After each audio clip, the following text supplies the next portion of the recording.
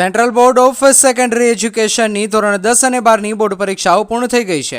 હવે લાખો વિદ્યાર્થીઓ તેમના પરિણામોની આતુરતાથી રાહ જોઈ રહ્યા છે। મળતી માહિતી મુજબ સીબીએસઈ ટૂંક સમયમાં ધોરણ 10 અને 12નું પરિણામ જાહેર કરી શકે છે। ગરમીને લઈને હવામાન વિભાગની આગાહી સામે આવી છે। રાજ્યમાં આવનારા 7 દિવસ વાતાવરણ સૂકું રહેશે। 2 થી 3 ડિગ્રી તાપમાનમાં ઘટાડો નોંધાશે। 12 એપ્રિલ સુધી ગરમીમાં આંશિક રાહત મળવાની હવામાન વિભાગની આગાહી છે। ભાવનગરના વાતાવરણમાં આજે એકાએક પલટો આવ્યો હતો। ધોમધખતી ગરમી અચાનક ઠંડકમાં પરિવર્તિત થઈ ગઈ હતી। અચાનક વાદળો ઘસી આવ્યા હતા અને ચોમાસા જેવો માહોલ સર્જાયો હતો, જે બાદ ધીમી ધારે વરસાદ વરસવાનું શરૂ થયો હતો। વરસાદને પગલે વાતાવરણમાં ઠંડક પ્રસરી જતા લોકોને ગરમીથી રાહત મળી હતી। હેમચંદ્રાચાર્ય ઉત્તર ગુજરાત યુનિવર્સિટી છબરડાનું ઘર બની ગઈ હોય તેમ અવારનવાર કિસ્સાઓ સામે આવે છે।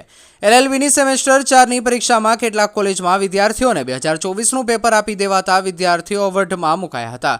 જો કે આ બાબત આપણા સૌ માટે ગંભીર ગણાવી શકાય, પરંતુ ઉત્તર ગુજરાત યુનિવર્સિટી માટે સામાન્ય પણ હોઈ શકે છે, કારણ કે આવા બનાવો અને કૌભાંડો અવારનવાર સામે આવે છે। ભારતીય શેર બજારની આજે અપેક્ષા મુજબ સકારાત્મક શરૂઆત થઈ। બંને મુખ્ય સૂચકાંકો બીએસઈ સેન્સેક્સ અને એનએસઈ નિફ્ટી લીલા નિશાનમાં ટ્રેડ થતા જોવા મળ્યા। શુક્રવારે વૈશ્વિક ભાવનાઓને અનુસરતા ભારતીય ઇક્વિટી સૂચકાંકો સકારાત્મક નોંધ પર ખુલ્યા। શરૂઆતના વેપારમાં સેન્સેક્સ 1210.68 પોઈન્ટ ઉછળીને 75,057.83 પર પહોંચ્યો। નિફ્ટી 388.35 પોઈન્ટ વધીને 22,787.50 પર બંધ થયો। નિફ્ટી મિડ કેપ 100એ બેન્ચમાર્ક સૂચકાંકો કરતાં વધુ સારો દેખાવ કર્યો અને સત્રની શરૂઆત 954 પોઈન્ટ અથવા તો 1.92% વધીને 50,535 પર થઈ। ગાંધીનગરમાં વ્યાયામ શિક્ષકોનું આંદોલન આજે 26મા દિવસે પણ ચાલુ રહ્યું છે। શિક્ષકોએ સત્યાગ્રહ છાવણી ખાતે ધરણા યોજ્યા હતા। જોકે પોલીસે તમામ આંદોલનકારી શિક્ષકોની અટકાયત કરી છે। વ્યાયામ શિક્ષકોની મુખ્ય માંગણી કાયમી ભરતી કરવાની છે। તેઓ ખેલ સહાયક યોજનાનો વિરોધ કરી રહ્યા છે। તાજેતરમાં શિક્ષકોએ પોતાની ડિગ્રીઓ વેચવા કાઢી હતી। તેમણે સામૂહિક ધરપકડ વહોરવા અને જેલ ભરો આંદોલનની ચીમકી પણ આપી હતી। અમદાવાદના ખોખરા વિસ્તારમાં આવેલ પરિષ્કાર એક એપાર્ટમેન્ટમાં સી બ્લોકમાં 5મા માળ પર આગ લાગવાની ઘટના બની છે। ફાયર બ્રિગેડની ટીમને જાણ કરવામાં આવતા 7 ફાયર બ્રિગેડની ગાડી અને પોલીસ હાલમાં ઘટના સ્થળે પહોંચી હતી।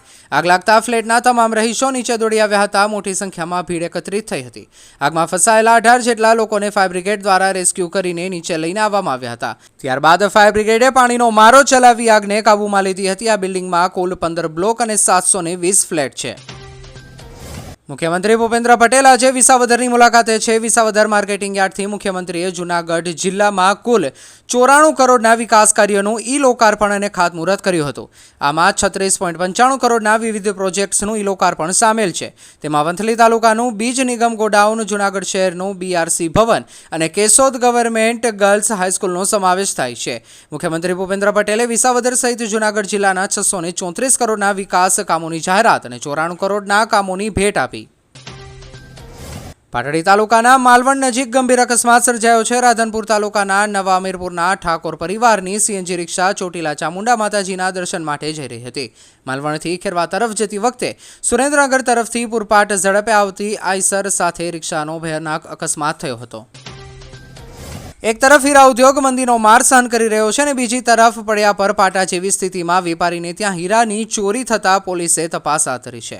રાજકોટ શહેરના કોઠારિયા રિંગ રોડ પર ધર્મનગર સોસાયટીમાં ખોડિયા ડાયમંડ નામના કારખાનામાં અજાણ્યા વ્યક્તિ દ્વારા કારખાનામાં રહેલ ₹60,83,650ની કિંમતના 11,655 જેટલા કાચા અને તૈયાર હીરાની ચોરી કરી હોવાનું સામે આવ્યું છે।